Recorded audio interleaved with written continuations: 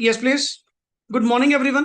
So in the previous part हम लोगों ने इंट्रो बेसिकली अपनी ऑडिटिंग को लेकर क्या करी, थोड़ी बहुत कवर करी, जिसमें मैंने दो तीन टॉपिक्स आप लोगों के साथ बैक टू बैक क्या किए, कवर अप किए। जिनमें से सबसे पहला पॉइंट जो अपन एक ऑडिटिंग वर्ड आज proper definition as per the ICAI आप लोग क्या करोगे, कवर अप करोगे कि sir what do you mean by audit. Auditing का मतलब अभी तक मैंने जो एक सिंपल शब्दों में समझा है, that is an independent examination. Why it is called as independent sir? फिर तो ऑडिट करवाने का फायदा तभी है ना, अगर एक डिपेंडेंट पर्सन जो मैनेजमेंट से इन्फ्लुएंस्ड होकर या अपने अपॉइंटेड से इन्फ्लुएंस्ड होकर ऑडिट करेगा एंड उसी के कहे हुए वर्ड्स कहेगा जो मैनेजमेंट कह रही है, फिर तो आई थिंक सो ऑडिटिंग करवाने का कोई भी फायदा नहीं। मतलब जितना भी बुक का कंटेंट पढ़ोगे आपको मेन चीज में एक वर्ड जरूर मिलेगा। अगर ऑडिटर अपॉइंट करना है तो इंडिपेंडेंट अपॉइंट करना, नहीं तो रहने दो। इससे बढ़िया तो ऑडिट करवाने का फायदा ही नहीं। क्योंकि sir what is the main purpose of auditing, कि एक ऐसा पर्सन जो without any influence, without any basically subordinate, आपा कहते हैं कि अगर आप किसी की विशेष के अकॉर्डिंग टू क्या कर रहे हो, एक्ट कर रहे हो, हमें ऐसा ऑडिटर नहीं चाहिए। हमें इंडिपेंडेंट एग्जामिनेशन चाहिए, बिना किसी डर के, बिना किसी खौफ के, कि वो पर्सन हमारी बुक्स ऑफ अकाउंट्स को, हमारी बनाई हुई फाइनेंशियल स्टेटमेंट्स को क्या करे, एग्जामिन करे एंड उसके ऊपर अपनी ओपिनियन क्या करे, प्रेस्क्राइब करे। एंड उस ओपिनियन वर्ड को कल अपने काफी अच्छे वे से 10-15 मिनट लेकर समझा। सर ओपिनियन का मतलब क्या होता है, बेसिकली मेरा व्यू पॉइंट, मेरी राय उन फाइनेंशियल स्टेटमेंट्स को लेकर, जो स्टेक होल्डर्स, जो user of the financial statement मेरे से एक्सपेक्ट करते हैं, जो मुझसे वो सुनना चाहते हैं, दैट इज माई ओपिनियन। अब वो ओपिनियन दो तरह की होती है। Number one is unmodified, second is. अब ऑन अनमॉडिफाइड में तो आपने लैंग्वेज भी क्या यूज करी सर, एवरीथिंग इज ओके। अगर मैं कह दूं not everything, materially it's all okay, कि जितना कि मैंने देखा, जितना कि मैंने समझा, जितनी कि मैंने ऑडिटिंग करी, जितना कि मैंने चेक करा, जितना कि मैंने प्रोसीजर लगाया, जितने कि मुझे ऑडिट एविडेंस मिले, बेस्ड ऑन दैट मैं ये कह सकता हूं कि एवरीथिंग इज ओके। हाँ माइट भी अगर कोई इमटेरियल चीज रह गई होगी, रह गई होगी, इसमें क्या बड़ी बात। मैंने तो पहले कहा था कि मैं जो ऑडिट कर रहा हूं, मैं using the concept of materiality कर रहा हूं। मैं एवरीथिंग, और ये आपके लिए भी as a human I think so possible नहीं है to check all the transactions with all due diligence, कि इतना सही होकर आप सारी ट्रांजैक्शंस को डिटेल में चेक करो। Sir it's not feasible. आप भी समझदार हैं कि मैं उनके 365 दिन की वर्किंग, पूरे साल की वर्किंग तेरे 4-5 दिन में कैसे चेक कर लूंगा। कहीं ना कहीं आप लोग भी थोड़ा बहुत सेंसस मेथड यूज करेंगे, थोड़ी सैंपलिंग यूज करेंगे, दोनों का हाइब्रिड बनाएंगे, तो कर कराकर मैं अपने आप को तसल्ली दिलवाऊंगा। बट इट्स नॉट फिजिबल, नहीं तो फिर अपन एक ही क्लाइंट का ऑडिट कर पाएंगे। अब मेरे पास तो 36 क्लाइंट है, कितने सारा क्लाइंट बेस है, मुझे तो सबके ऑडिट्स रैप अप करने। और मेरी टीम भी कितनी कि मैं हायर कर लूंगा, कितने कि मैं लोग नेक्स्ट आगे अपने अंडर रख लूंगा। सो इन दैट केस आप भी समझदार हो, इसीलिए वर्ड अप्पा कभी भी एब्सोल्युटली एश्योरेंस नहीं बोलते, ऑलवेज वर्ड क्या बोलते हैं, reasonable. Reasonable means to the best, कि सर मेरे से जितना हो पाएगा अपा उतना बेटर टू बेटर आपको क्या करवाएंगे, एश्योर करवाएंगे, बट नॉट 100%। जिसको ना एक वर्ड कहा जाता है, what you mean by reasonable, a high assurance but not 100%, कि अपने आप में to the max but not 100%। अब आगे नेक्स्ट आगे वर्ड आपने जो पढ़ा, ये कहने का मतलब बीच में एक वर्ड आया था एंटिटी, का मतलब क्या है। अगर मैं डेफिनेशन को छोटे छोटे पार्ट्स में डिवाइड करूं, sir what do you mean bye entity, what do you mean by financial statements, तो वो सारे डेफिनेशंस मैंने कल आपको क्या करवाई, क्लियर करवाई। आज थॉरली फ्रॉम द बुक एक बार रीड आउट करें। बट द मेरा मेन वर्ड जो आप लोगों के साथ यहाँ पे चल रहा था, कि सर आपकी ओपिनियन होती किस पे है। आपको एक वर्ड कहा गया, you have to prescribe your opinion. आपको अल्टीमेटली अपनी ओपिनियन क्या करनी है, प्रेस्क्राइब करनी है via return report which is called as audit report. But आपकी ओपिनियन होगी किन पे, तो हमारी ओपिनियन होगी जी दो वर्ड्स पे होगी particularly, clear. Number one word is FS and second is accounts examined bye, कि मैंने जो भी तुम्हारे अकाउंट्स एग्जामिन करे। Sir I think so financial statements, अगर आप थोड़ा रिलेट कर पा रहे हो, थोड़ा समझ पा रहे हो, फाइनेंशियल स्टेटमेंट मेरे लिए उतनी इंपॉर्टेंट नहीं है जितना फाइनेंशियल स्टेटमेंट का बेस। फाइनेंशियल स्टेटमेंट का बेस कौन है, बुक्स ऑफ अकाउंट्स। सर अगर बुक्स ऑफ अकाउंट्स ही आप लोगों के सही वे से कंपाइल्ड नहीं होंगे, हर पर्सन नॉर्मली कह देता है कि आपको तो एफएस के ऊपर ओपिनियन देनी है, गलत। एफएस के साथ साथ द बुक्स ऑफ अकाउंट्स जो सपोर्टिंग डॉक्यूमेंट्स हैं सर, उनके बारे में भी तो आपको एश्योरेंस देनी है। क्योंकि हमें तो जो अकाउंटिंग +1 से सिखाई गई है, मेरे हिसाब से तो बुक कीपिंग जहां खत्म होती है वहां अकाउंटिंग स्टार्ट होती है। आप लोग पहले जर्नल्स डालते हो, जर्नल के बाद पर्टिकुलरली मतलब मैं बिल्कुल रॉ डे 1 +1 से अपन शुरू करेंगे। ऐसी ऐसी एग्जांपल्स यहाँ पे नॉर्मली आपको देखने को मिलेंगी। क्यों? हम सर रिव्यू करने जा रहे हैं। रिव्यू भी आप तब कर पाएंगे जब आपको बिल्कुल बेसिक नॉलेज पर्टिकुलरली होगी कि ये चीज चलती कहाँ से, इसका रूट कहाँ से है। तो आप जर्नल डालते हो, प्रिंसिपल बुक, सब्सिडरी बुक्स आप मेंटेन करते हो, उनको समराइज करके एक ट्रायल रेडी करते हो।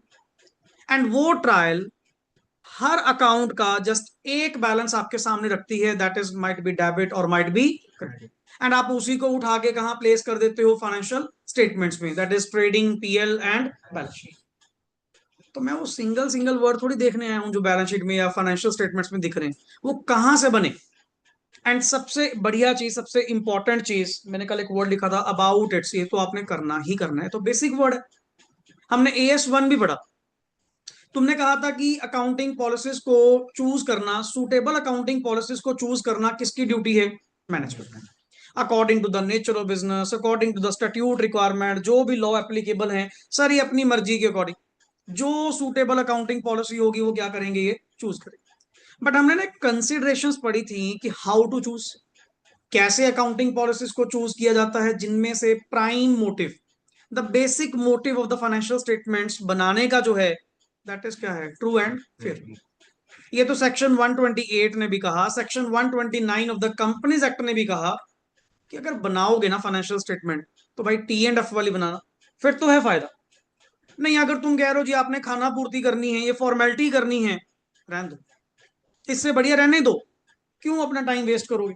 बनाओगे तो कम से कम ऐसे ही बनाना जो अपने आप में ट्रांसपेरेंसी शो करे, जो अपने आप में रिलायबिलिटी एक्सप्रेस करे, जो अपने आप में क्रेडिबल हो, so that everybody easily accepted.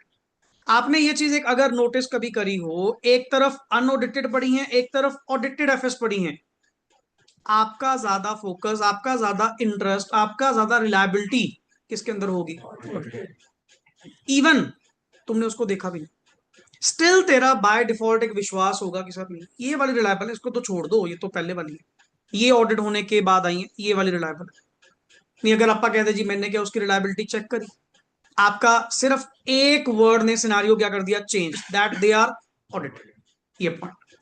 After that चलो ये बातों से अपन बाहर निकले ओपिनियन से, ऐसे तो और भी पॉइंट्स आएंगे कि क्या बुक्स ऑफ अकाउंट्स जो हैं वो प्रॉपर अकाउंटिंग स्टैंडर्ड्स के अकॉर्डिंग टू बनाई गई, क्योंकि हम तो बैक एंड पे सारे अकाउंटिंग स्टैंडर्ड्स भी पढ़ रहे हैं।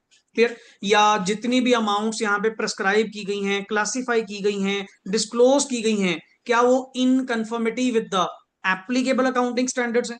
कुछ इन चीजों पे मुझे ओपिनियन क्या करनी होती है? प्रेस्क्राइब करनी होती है। एंड सबसे important, the books are complete, कि इसमें कोई भी चीज omitted, that nothing I found, मुझे ऐसा कुछ नहीं मिला कि मैं कह दूं कि यहाँ पे कुछ रिकॉर्डेड नहीं। That all events and transactions, +1 की language, all events and accounting में है क्या? आप जो जर्नल पास करते हो, क्या जर्नल अपन ऐसे ही बैठे पास कर रहे होते? सबसे पहले क्या होता है? कोई इवेंट या ट्रांजैक्शन क्या होती है? अकर। एंड एज इट अकर्स, जैसे ही वो अकर होती है, साथ के साथ अपन उसको अपनी बुक्स में क्या देते हैं? जगह देते हैं। सो ये कुछ आपके बेसिक्स थे जो अपन ने कल डिस्कस करे। Even the type of engagements को लेकर मैंने अपने प्रॉपर एक्सप्लेन करा। There are 4 type of engagements. Number 1 is audit engagement, number 2 is review engagement, number 3 is assurance engagement, number 4 is related service. दोबारा, number 1 is audit engagement, number 2 review engagement, number 3 assurance engagement, number 4 related service. जब तक रुकना ना पड़े तब तक बोलते जाओ, फ्लुएंटली चलना है, फ्लुएंटली। अगर अभी भी आप अटक रहे हैं ना, अभी मेरा माइंड पॉज अगर ले रहा है, मेरे को भी याद नहीं। ऑडिटिंग में ये चीज चाहिए मेरे को बस, कि कुछ भी वर्ड पूछा, डेफिनेशन पूछी, एग्जैक्ट तक मतलब फ्लो तक बना दें, तब तक मैं बार बार आपसे रिपीट करवाऊंगा, तब तक आप लोगों से बार बार चीजें सुनूंगा। क्यों? ये याद ही ऐसे होगा। और कल भी इसका एक ही पॉइंट बताया था, एक ही गुरु मंत्र बताया था, सीधी सी बात है, पार्टिसिपेशन। जितनी ज्यादा पार्टिसिपेशन करोगे पर्टिकुलरली, उतना तुम्हारे अंदर तक ऑडिट बसा देंगे। बट अगर सिर्फ सुनने के माइंड से आए हो, फिर फायदा नहीं। जब तक आप इमेजिन नहीं करते, प्रैक्टिकली माइंड से नहीं सोचते कि दैट आई एम ऑडिटर, पहले खुद को एक्सेप्ट तो करो कि कल को ये प्रैक्टिकल चीजें मैंने करनी है, यही चीज, यही प्रोसेस जो तेरे सामने लिखा हुआ है, यही तो कुछ मैंने परफॉर्म करना है। अब इस प्रोसेस में लॉजिकली चल, अगर चलो अपन ने पहले कभी सुना नहीं है, बट इमेजिन तो कर सकते हैं। अब एक क्लाइंट आपको अप्रोच कर रहा है, मैं थोड़ा प्रोसेस ही लेकर आ रहा हूं। एक क्लाइंट आपको अप्रोच कर रहा है, पहली बात तो क्लाइंट मींस कोई भी, irrespective of size, irrespective of legal form, whether it is profit oriented or not। हमें तो सर कोई मतलब नहीं, हमारे अकॉर्डिंग तो जी सारे ओके हैं। आप बताओ जी किसका ऑडिट करना, हम तो उसका भी ऑडिट कर देंगे, क्योंकि हमें तो ऑडिटिंग करनी आ चुकी। एंड ऑडिटिंग करना कोई पर्टिकुलर थिंग थोड़ी है, इट्स बेसिकली वर्ड एग्जामिनेशन करना, वेरीफाई करना, वाउच करना दैट द थिंग्स वाकई में हैपेंड हुई है, एंड उसके बेसिस पे तसल्ली करते हुए आपको एक विश्वास दिलवाना कि that everything is okay, that is called as auditing. अब यहां पे क्लाइंट आपको अप्रोच कर रहा है फॉर व्हाट पर्पस, सर आप हमारी फाइनेंशियल स्टेटमेंट्स का ऑडिट कर देंगे। मैं कहा जी बिल्कुल, but wait, I have to clear some things. कुछ मैंने बातें आपसे क्लियर करनी है, कुछ आपसे पूछनी है। मैं डायरेक्टली थोड़ी यस करूंगा कि क्लाइंट आ गया पैसे आएंगे, वो तो ठीक है, वो तो पता है फ्री में काम कौन करेगा, कंसिडरेशन इज एवरीवेयर। वो तो फ्री में तो मतलब ही नहीं, सीए क्या फ्री में काम करने के लिए बने? वो तो मतलब ही नहीं, जहां भी काम करेंगे पैसा लेकर करेंगे और ठोक बजा के पैसे लेंगे, इसमें क्या चक्कर है भाई? But the point is, directly step in नहीं होना। सबसे पहले प्रोसेस नंबर 1 क्या लिखा हुआ है? Preliminary engagement activities. What do you mean bye preliminary? Engagement होने से डायरेक्टली स्टेप इन ना हो जाना कि हाँ हाँ काम करेंगे, पहले उनके बारे में पता तो कर ले। अगले कौन है, कहाँ से आए हैं, किस तरह का काम है, एंड उस मैनेजमेंट की, उनके ओनर्स की नेचर कैसी है, किस तरह के वो लोग हैं। पता लगे काम लेके मैं ही फंस जाऊं, बाद में पछताता फिर काम छोड़ते फिरे। और आपको अगर थ्रेट टू द इंडिपेंडेंस, नया वर्ड क्या बोला, थ्रेट टू द इंडिपेंडेंस, क्योंकि ऑडिटिंग मींस क्या था? इंडिपेंडेंस। अगर कोई थ्रेट टू द इंडिपेंडेंस आपके ऊपर पहले से मौजूद है, दिख रहा है साफ कि अगर मैंने इसका काम क्या करा, एक्सेप्ट करा, अगर मैंने ये अपनी असाइनमेंट एक्सेप्ट करी इस ऑडिटिंग करने में, मैं अपना फ्री माइंड होकर काम नहीं कर पाऊंगा, मुझे इनके अकॉर्डिंग ही काम क्या करना पड़ेगा। मन करे ये भी नहीं पता, ओपिनियन भी इनके अकॉर्डिंग देनी पड़े। इतना हद तक मैं क्या हो जाऊंगा, शायद इन्फ्लुएंस्ड हो जाऊंगा। डू यू थिंक कि वो असाइनमेंट एक्सेप्ट करनी चाहिए? What to do? रिजेक्टेड, जाने दो। कहते जी ऐसे ऐसे अगर माँ काम छोड़ने लग गए फलाना। जब तुझे पहले दिन पता है, पहले दिन पता है, अब इसको रिलेट करना मेरी ओपिनियन वाली लैंग्वेज। जब तुझे पहले दिन पता है कि तुम काम नहीं कर पाओगे, या ये काम नहीं करने देंगे, बीच में इंटरफेरेंस करेंगे, ओपिनियन के टाइम पे तुझे इन्फ्लुएंस करेंगे, फलाना करेंगे, अब जरूरी टेंशन वाला काम करना है, छोड़ परे। एक छोड़ूंगा 10 क्लाइंट और आएंगे।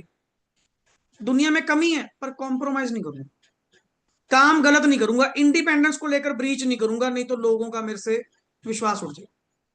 और मेरे से नहीं, मेरी कम्युनिटी, मेरी आईसीआई बॉडी, जो इतना ट्रस्ट, ट्रांसपेरेंसी, इतने साल से एक्सीलेंस उन्होंने क्या करी है, प्रोवाइड करी है।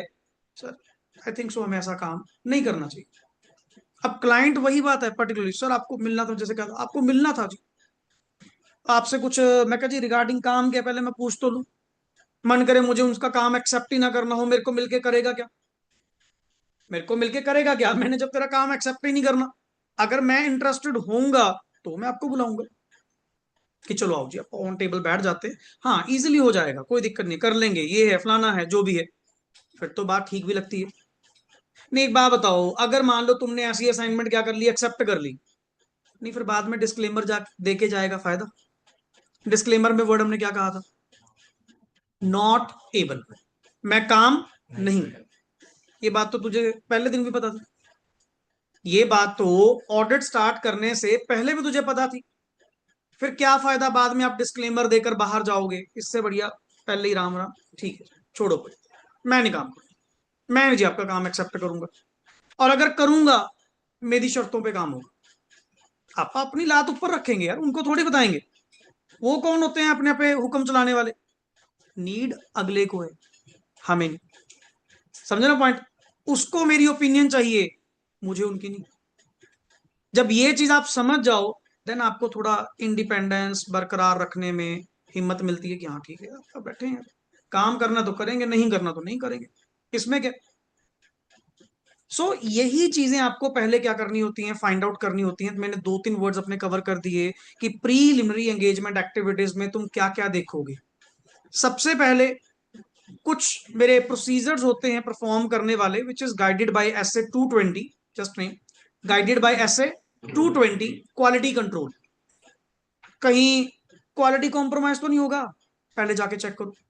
एसए 220 ने मुझे दो तीन पॉइंट्स बताए हुए हैं, प्रोसीजर बताए हुए हैं, पहले जाके ये चेक करो, वेदर टू एक्सेप्ट और नॉट, वेदर टू कंटिन्यू और नॉट। अच्छा, असाइनमेंट्स दो तरह की होती हैं। असाइनमेंट्स या तो रेकरिंग होंगी, रेकरिंग मतलब हर साल चलती जा रही है, या इनिशियल होएगी। इनिशियल मतलब पहली बार। पहली बार के लिए वर्ड क्या बोलोगे? एक्सेप्टेंस। पहली बार के लिए वर्ड क्या बोलोगे? Client acceptance. और रेकरिंग वालों के लिए क्लाइंट कॉन्टिनेंस। कि अच्छा एक बात बताओ, किसी का अगर मैंने मान लो 2 साल हो गए ऑडिट करते हुए, आगे भी मुझे करना पड़ेगा? मेरे पे बाइंडिंग है या मेरे पास अभी भी ऑप्शन है, मैं तो जब भी परफॉर्म करूं। ये पहले 1-2 साल तो ठीक रहे, बाद में इनकी नीयत बदल गई। इन दैट केस मैंने 220 के प्रोसीजर दोबारा लगा के देखे, मुझे इनकी इंटेग्रिटी पे डाउट आ गया। मैं कहना मैनेजमेंट सही नहीं है, अब ये गलत रस्तों पे आ गई, अब ये फ्रॉडुलेंट फाइनेंशियल रिपोर्टिंग करने लग गए, अब ये मिस एप्रोप्रिएशन ऑफ एसेट्स करने लग गए ना, मैं तो नहीं आपका काम करूंगा। सर हर साल तुम ये एक्टिविटीज क्या करते हो, परफॉर्म करते हो। हम हर साल सोचते हैं कि इस साल इनका काम करना है या नहीं, और एवरी टाइम मेरे पास वही प्रोसीजर है। हाँ, बस वर्ड का फर्क पड़ जाता है। अगर इनिशियल एंगेजमेंट होती है तो उसको वर्ड क्या बोल देते हैं? क्लाइंट एक्सेप्ट करना। और अगर आपका वो पुराना क्लाइंट है तो उसको वर्ड क्या बोल देते हैं? Client confidence. काम दोनों में सेम। इनकी इंटेग्रिटी फाइंड आउट करो, अपने एथिकल स्टैंडर्ड्स चेक करो, क्या आप कोड ऑफ एथिक्स के अकॉर्डिंग काम कर पाओगे, कहीं कोई थ्रेट टू द इंडिपेंडेंस तो नहीं आएगा। एंड प्लस क्या ये मेरी शर्तों पे एग्री करते हैं, क्या ये मेरी टर्म्स ऑफ एंगेजमेंट पे एग्री करते हैं? If yes, do start audit. Number 2, अगर मुझे यहां से मिलता है जी इनका ग्रीन सिग्नल, इन्होंने क्या कहा, कहते सर हमारी ओर से ओके है जी, जो आपकी शर्तें, जो आपकी फीस, जो आपकी टाइमिंग, जो आपकी रिपोर्टिंग, जैसा कहोगे। हाँ, बस कुछ थोड़ा बहुत हम भी बता देते हैं, आप म्यूचुअली बैठकर डिसाइड कर लेते हैं। दैट इज कॉल्ड एज हम terms of engagement, terms of settle down कर लेते हैं वाया एंगेजमेंट लेटर। मैं कहा जी फिर एक काम करो, यही शर्तें जो कुछ भी अपने बीच में डिस्कस हुआ, एक लेटर के जरिए मुझे लिख कर दे दो, मैं अपने रिकॉर्ड में लगा लूंगा, और उसकी एक कॉपी आप भी रख लो। क्यों? कल को मैं भूल जाऊं, आप भूलने की कोशिश करें, मैं नहीं भूलने दूंगा। हमारे बीच में डे वन जैसे हम क्या करते हैं, मेल मंगवा लेते हैं या प्रॉपर अपॉइंटमेंट लेटर ले लेते हैं, जिसमें सारी टर्म्स कंडीशन अपनी ऑलरेडी जो अपने बीच में एग्रीड हुई हैं वो सारा कुछ लिख लेते हैं, ताकि कल को किसी बात को लेकर मिसअंडरस्टैंडिंग ना हो। तुम्हें नहीं पता, मैनेजमेंट बहुत चीज है, बहुत ज्यादा अलग तरह से प्ले करती है। पर्टिकुलरली अगला कहता है एक बार इसको एक्सेप्ट तो करने दे यार, बाद में कर लेंगे सेटल डाउन, इसको तो अपने आप रंग में ढल ढल लेंगे। आप इसीलिए कहते हैं जी एंगेजमेंट लेटर पे ना ये सारी बातें जो अपने बीच में भी हुई हैं, एक फॉर्मल लेटर इसका बना लो, साइंड बाय द डायरेक्टर्स करवा के मुझे दे दो, so that I will keep it in record. और वैसे भी द लास्ट पॉइंट मेरे प्रोसेस का क्या था? डॉक्यूमेंटेशन। कागजी कार्रवाई में कोई कमी नहीं, कल को ये डॉक्यूमेंटेशन ही है जो हमें बचाती नहीं। हु विल प्रूफ, एक बात बताओ, कल को आईसीआई मेरे पे आ गया, आईसीआई कहता है बताओ जी आपने ऑडिट कैसे करे? हमारे भी ऑडिट होते हैं, अपने भी ऑडिट होते हैं, अपने होते हैं क्वालिटी ऑडिट। कौन से audit? What we are performing, जिसको हम वर्ड बोलते हैं peer review, PEER, peer, peer review. ये होते हैं सीए फर्म्स के होते हैं, कि कहीं हमारे जो मतलब है ना, आईसीआई ने भी क्वालिटी चेक लगाया हुआ है, कि ये थोड़ी हमने सीए बना दिया, इसको एथिक्स पर पढ़ा दिया तो अपने आप ये फॉलो करेगा। मॉनिटरिंग तो हर किसी को करनी पड़ेगी। कंट्रोलिंग तो हर किसी को करनी पड़ेगी। अब क्या पता ऑल ओवर इंडिया क्वालिटी कैसी मेंटेन कर भी रहे हैं या नहीं, ये भी नहीं पता। दैट इज, चलो हमारे बीच में बात हुई, मैं कहा जी मुझे एक अपॉइंटमेंट लेटर दे दो, आप काम अपना स्टार्ट करें। ठीक है, मैं आपकी ये क्लाइंट एक्सेप्टेंस करता हूं, मैं भी ग्रीन से ओके हूं, मैंने प्रीलिमिनरी एक्टिविटीज करके देख ली, मेरा मन राजी कि अपा आपका काम करेंगे। चलो लेट्स स्टार्ट द वर्क। सबसे पहला पॉइंट क्या आता है जी? Sir what we will do, सबसे पहले we will do the planning. And planning से पहले जो वर्ड चलता है that is strategy, overall strategy, जो पर्टिकुलरली मेरे ऑडिट का स्कोप, टाइमिंग, डायरेक्शन क्या करती है, डिसाइड करती है। कि पहले आप एक रणनीति बनाओ, क्योंकि स्ट्रेटजी जब बन जाती है, आपको एक रणनीति पता लग जाती है कि आपने चलना कैसे है, आपकी अप्रोच क्या होगी। जैसे ये चीज आपने कहा देखी होगी हर प्लेयर के केस में। अब लाइक अपने चाहे इंडियन क्रिकेटर्स हैं या जितने भी प्लेयर्स हैं स्पोर्ट्समैनशिप में हैं, हर पर्सन की क्या होती है, स्ट्रेटजी। अब मैं कह दूं जी, मान लो सपोज सचिन तेंदुलकर हैं और इधर से विराट कोहली है, क्या दोनों की स्ट्रेटजी सेम है? एक की डिफेंसिव है, एक की अटैकिंग, फर्क पड़ता है। क्योंकि जब आपकी अप्रोच उस चीज को टेकअप करने की जैसी होगी, वैसा ही नेक्स्ट आगे plan, detailed plan. Strategy is not so detailed, not so comprehensive. Which one is comprehensive? Plan. But let me decide the strategy first ना, पहले एक बार पता तो कर लें स्ट्रेटजी हमारी क्या होगी। जब तक स्ट्रेटजी क्लियर नहीं है तब तक आप प्लानिंग भी सही ढंग से नहीं कर पाएंगे। यहां मैं just and the last word क्या लिखा हुआ साथ में, प्रोग्रामिंग। ये होती है स्टेप बाय स्टेप गाइड, ये उससे भी डिटेल्ड, कि अब आप अपने ये चलना है, ये प्रोसीजर हमें लगाने, कौन कौन सी टेक्निक्स, मतलब the list of techniques to be applied on the items of FS, कैसे कैसे आप लोग क्या क्या प्रोसीजर लगाओगे, that is guided under programming. तो यहां ना एक वर्ड मैं यूज कर रहा हूं जो आपको डिसाइड करना होता है, दैट इज एनटीई ऑफ एपी। जो इसके अंदर आपको डिसाइड करना होता है, वो क्या चीज डिसाइड करनी होती है, NT, NTE, that stands for nature, timing, extent. Nature, timing and extent of APs. APs मतलब कल बताया था ऑडिट प्रोसीजर। अब एक पॉइंट बताओ, अगर आप मेरी एग्जांपल समझ पा रहे हो। यहां मैंने क्या कहा, सर एक बात बताओ, प्लानिंग में तुम क्या प्लान करो? ऑब्जेक्टिव तो वेरी क्लियर है, ऑब्जेक्टिव तो वेरी क्लियर है कि हमें इनकी फाइनेंशियल स्टेटमेंट्स का क्या करना है, ऑडिट करना है, दैट्स इट, यही ऑब्जेक्टिव है। कैसे करना है, एंड मोटिव मुझे भी क्लियर है कि ऑडिट में मुझे क्या दे, बैक स्टेप, मुझे क्या प्रोवाइड करनी होती है, रिपोर्ट। रिपोर्ट प्रोवाइड करने के लिए मुझे ओपिनियन क्या करनी पड़ेगी, ड्राफ्ट। ओपिनियन कहां से ड्राफ्ट होती है, by getting the audit evidences. Audit evidences कहां से मिलेंगे, by applying the audit procedure. But sir ये तो बताओ ना, कौन से ऑडिट प्रोसीजर कब लगाए जाएंगे, कितने हद तक लगाए जाएंगे, नेचर, टाइमिंग, एक्सटेंट, कौन से, कब, एंड कितने लगाए जाएंगे। मैं एक बार प्लानिंग के अंदर एक बेसिक प्लान सा क्या कर लेता हूं, रेडी कर लेता हूं कि मेरी अप्रोच ये रहेगी। और कल भी हमारी बात हुई थी, क्या प्लानिंग अपने आप में रिजिड होती है या फ्लेक्सिबल होती है, या होनी चाहिए, हम तो ये रिकमेंड करेंगे। समझे ना, कि अपना रिजिड होकर कुछ नहीं बनेगा, कि जो कह दिया जैसा कह दिया। सर आप कैसे कह सकते हो, आप अभी ऑन द फील्ड गए ही नहीं, आप ऑफ द फील्ड बैठकर अल्टीमेटली जस्ट एक रूम में बैठकर इमेजिन कर रहे हो कि बाहर वॉर कैसी चल रही है। वो तो बाहर जाके पता लगेगा, अंदर बैठे थोड़ी पता लगेगा।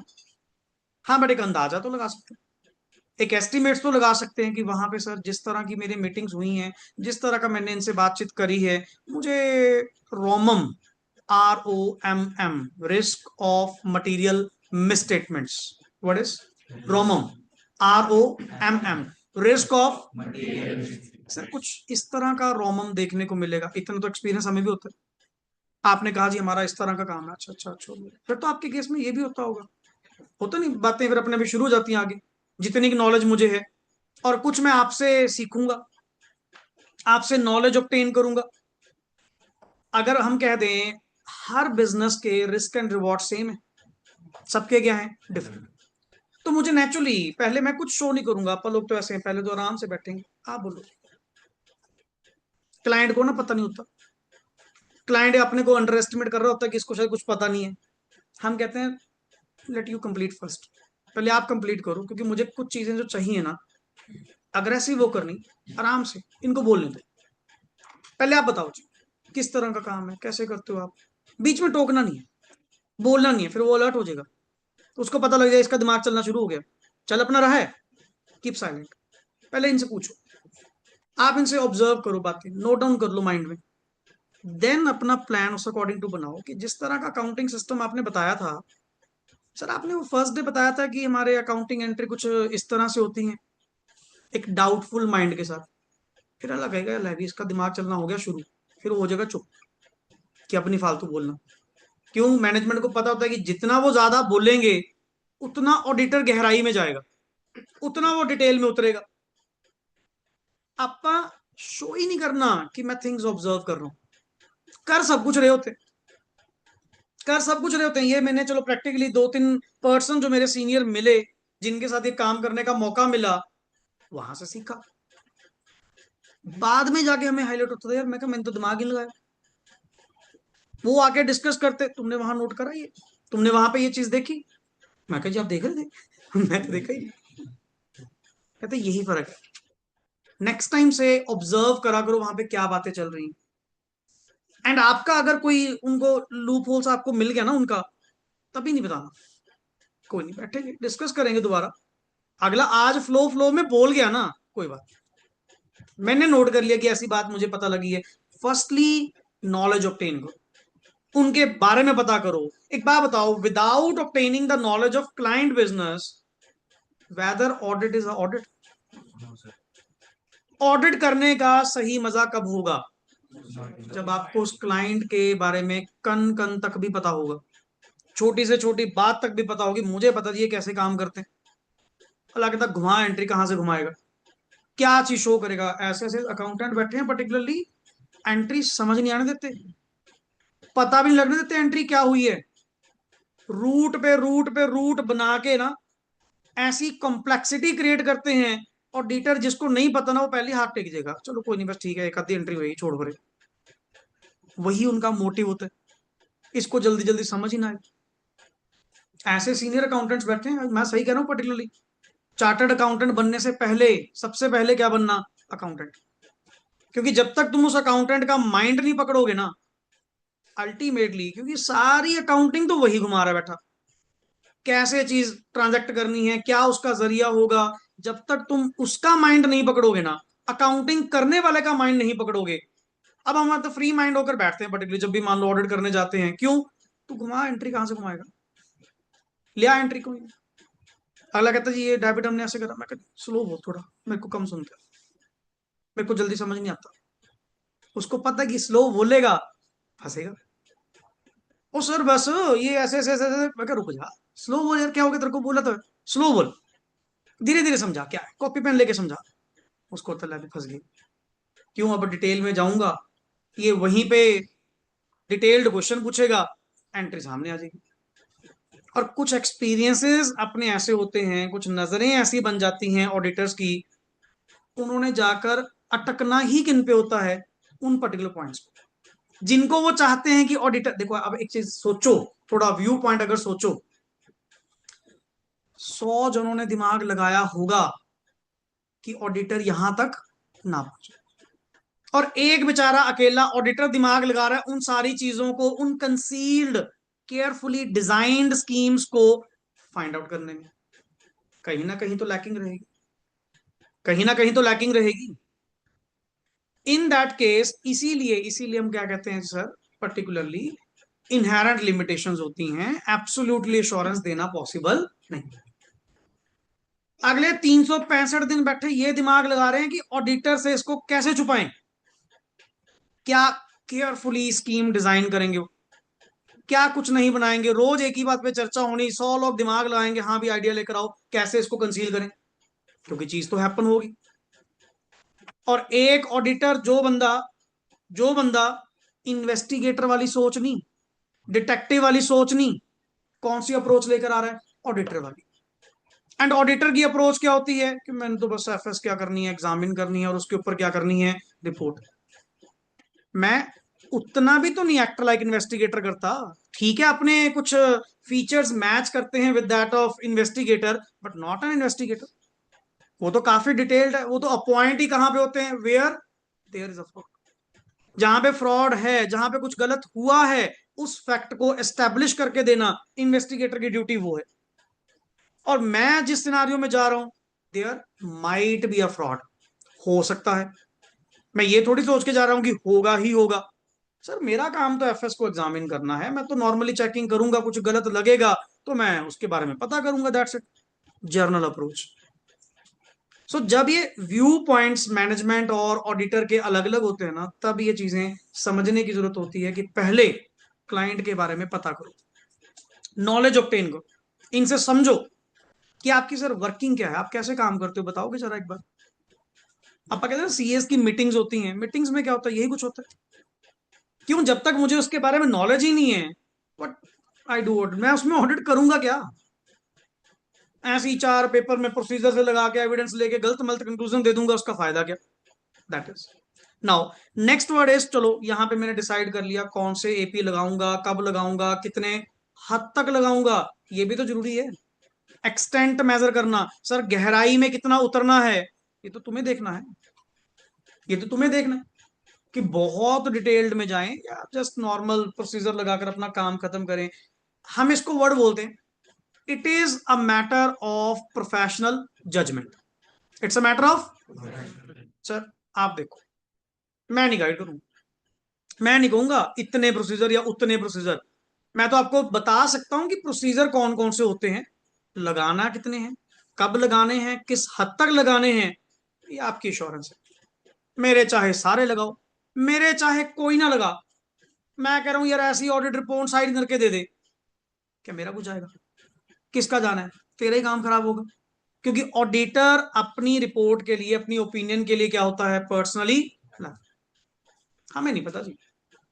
अब मैं कह रहा हूं आप बेशक कुछ ना करो, फीस लेके ऐसे रिपोर्ट बना के दे दो, कल को गलत किस पे प्रूव होगा, मिसकंडक्ट किस पे प्रूव होगा? ऑडिटर।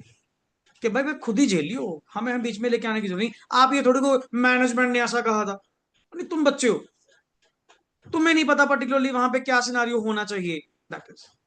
नाउ ऑडिट प्रोसीजर लगाने से, ऑडिट प्रोसीजर लगाने से जो भी मैंने डिसाइड करे, अब जैसे अगर मैं छोटी सी थोड़ी बात करूं, ऑडिट प्रोसीजर बच्चे होते हैं दो तरह के। चलो थोड़ी सी अभी नैरो डिस्कशन, ब्रॉड नहीं करूंगा, फिर लेवल थोड़ा हाई हो जाएगा। ऑडिट प्रोसीजर होते हैं दो तरह के आम। जैसे एक वर्ड बोलते हैं हम, कंप्लायंस प्रोसीजर, कंप्लायंस प्रोसीजर। दूसरे होते हैं सब्सटेंटिव प्रोसीजर। मैं जस्ट अभी नाम लिखवा रहा हूं। मैंने आपको पहले कहा था ये ऑडिट प्रोसेस मेरे लिए ऐसा है, आज बेशक आप इस पे 15-20 मिनट या आधा घंटा लगा रहे होंगे, लास्ट वाले दिन इस पे जितनी मर्जी टाइम लगा लेना, जितना मर्जी, उतना कम है। सारी ऑडिट की बुक तुझे इस पॉइंट्स के अंदर फिट करके दिखा सकता हूं, इन्हीं पॉइंट्स के अंदर। कुल मिलाकर अप्रोच आपको यही मिलेगी। मैं तो हमेशा जब भी कुछ चैप्टर शुरू करूंगा, सबसे पहले मैं आपसे यही पूछूंगा, बताओ जी ऑडिट प्रोसेस क्या था। क्योंकि रहना तो यही है। आप कोई एंटिटी ले आओ, किसी एंटिटी का ऑडिट करना हो, सब जगह आपको क्या मिलेगा, सेम। तो प्रोसीजर बच्चे होते हैं दो तरह के, one is called as compliance procedure, दूसरे कौन से होते हैं, सब्सटेंटिव। इन प्रोसीजर्स को लगाने से हमें क्या कलेक्ट होते हैं? What do you mean bye evidences? सबूत का मतलब क्या है? कोई कुछ और? नो डाउट्स, डाउट्स नहीं। इनके बेसिस पे मतलब ये अपने आप में डाटा है या इंफॉर्मेशन? एक बेसिक वर्ड। डाटा क्या होता है, रॉ। इंफॉर्मेशन क्या होती है, हमेशा मीनिंगफुल। सर ये कोई भी एक ऐसी इंफॉर्मेशन हो सकती है, एविडेंस का मतलब ये कोई भी ऐसी एक इंफॉर्मेशन हो सकती है जिसके बेसिस पे, द मेन वर्ड इज, मैंने ये नहीं पूछा एविडेंस क्या होगा, मैं पूछ रहा हूं एविडेंस का मतलब क्या है। ऑडिटिंग में ना सबसे बड़ी जो प्रॉब्लम कहीं ना कहीं काउंट होती है, जो बच्चा कहता है जी मेरे तो नंबर ही नहीं आए, मैं तो वहां पे लिख के आया था। बात तो वही है, लिख के आया था, सही नहीं लिख के आया ना, सिर्फ लिख के आया। एंड हर पर्सन शीटें भर भर के आ रहा है वहां पे, पर्टिकुलरली अगला पूछ के आ रहा है, आप लिखी कुछ और जा रहे हैं, फिर तो कहाँ नंबर मिलेंगे सर? ये सबसे बड़ी प्रॉब्लम है। अगर कहता है मैंने तो सर हर क्वेश्चन अटेम्प्ट करा था, फलाना करा था, मैं कहा अटेम्प्ट सही करा था कि नहीं करा था ये बता पहले, क्या क्वेश्चन सही आइडेंटिफाई करा था? मैं जो चीज आपसे पूछ रहा हूं, क्या एविडेंस का मतलब क्या है? एविडेंस क्या है? नहीं, एविडेंस मीन्स एक ऐसी इंफॉर्मेशन जिसके बेसिस पे ऑडिटर अपना कंक्लूजन क्या करता है, रेडी करता है, एंड जिसके सहारे कल को हम लोग क्या रेडी करेंगे, अपनी ऑडिट ओपिनियन। एंड ये एविडेंसेस मस्ट बी क्या होने चाहिए sir? Sufficient and appropriate. Sufficient and appropriate. The audit evidences must be क्या होने चाहिए सर? Sufficient and appropriate. अब सफिशिएंट का मतलब क्वांटिटी, एप्रोप्रिएटनेस का मतलब क्वालिटी। हमें ऑडिट एविडेंसेस में क्या चाहिए सर? दोनों चाहिए। हमें क्वांटिटी भी चाहिए, हमें क्वालिटी भी चाहिए। अब ये थोड़ी कि जस्ट क्वांटिटी इकट्ठी करके जो मर्जी ले जाओ। अब आपने देखा नहीं, कोर्ट में पर्टिकुलरली जजेस कई बार एविडेंसेस तो पेश होने शुरू हो जाते हैं, बट कोई कंक्लूसिव एविडेंस नहीं मिलता। एक वर्ड बोलते हैं, what do you mean bye conclusive? एक ऐसा ठोस सबूत जिसके बेसिस पे मैं अपना कंक्लूजन दे सकूं। और कई बार ऐसा सबूत हाथ लग जाता है कि बाकियों की, हमें दोनों चाहिए, हमें क्वांटिटी भी चाहिए, हमें क्वालिटी। अब इसको शॉर्ट वर्ड हमेशा नॉर्मली क्या चलता है? SAAE, that is called as sufficient and appropriate audit evidences। अब मैक्सिमम दफा जहां भी वर्ड आएगा ना, आपको ऑडिट एविडेंसेस ऑब्टेन करने हैं, कॉमन टॉपिक लाइन क्या रहेगी सर? आपको sufficient and appropriate audit evidences. Now sir next आ गया, आप ओपिनियन को लेकर तो बात कल कर ही चुके, टाइप ऑफ ओपिनियन अपनी कौन कौन सी होती हैं, एंड इस ओपिनियन को नेक्स्ट आगे कहां प्रेस्क्राइब किया जाएगा? That is return report. Return report, एक रिटर्न रिपोर्ट के जरिए आपको अपनी ओपिनियन क्या करनी है, प्रेस्क्राइब करनी है। Return reports to users of FS। Return report to the users of FS। And the last one, the most important, मैं तो उनको यही कहूंगा मोस्ट इंपॉर्टेंट। अब कल को मान लो ICI ने, किसी बाहर वाली अथॉरिटी ने आपकी इंस्पेक्शन ओपन करवा ली, नाफरा आपकी इंस्पेक्शन ओपन करवा ली, किस बात की? इस सीए को बुलाओ जी, मर्द देखे तो सीए क्या क्वालिटी परफॉर्म कर रहा है। कहीं भी किसी बात को लेकर कोई दिक्कत आ गई, देखो सर दुनिया में एक चीज सबसे जल्दी मिलती है, दैट इज एलिगेशन। एक मिनट से ही पहले, आपने ये नहीं करा, आपने वो नहीं करा, आपने फलाना नहीं करा, आपने वो नहीं करा, एक मिनट से पहले। क्यों? सामने वाला बंदा बैठा ही इस नेचर में, वो ये नहीं देखेगा मैंने क्या करा, वो ये देखेगा तुमने क्या।